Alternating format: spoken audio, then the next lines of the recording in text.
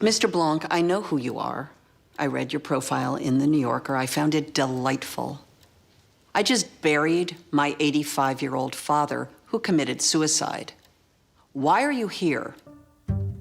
Linda Drysdale.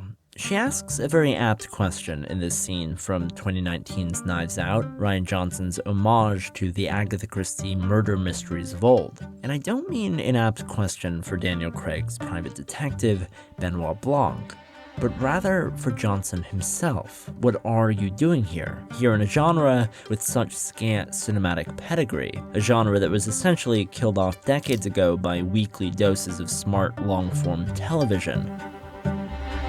If Alfred Hitchcock were alive today, looking over the current state of the whodunit subgenre in Hollywood, he would probably be making this face. Hitchcock hated the mystery genre famously, and specifically the whodunit. He believed that drama, constructed entirely around a surprise, around a twist, can never be good drama.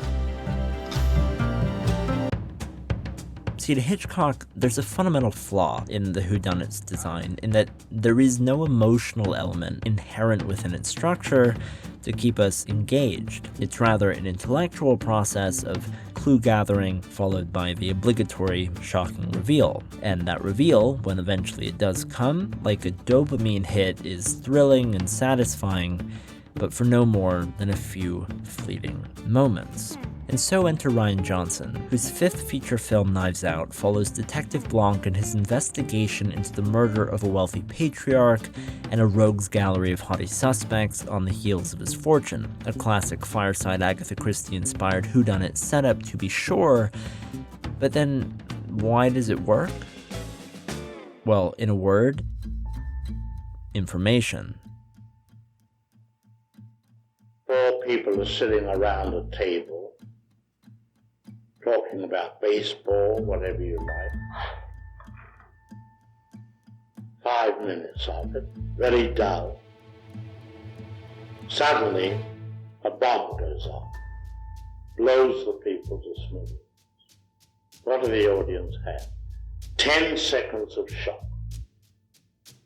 Now take the same scene and tell the audience there is a bomb under that table and will go off in 5 minutes. But the whole emotion of the audience is totally different because you've given them that information. If putting his audience in suspense was Hitchcock's motive, then information was his means.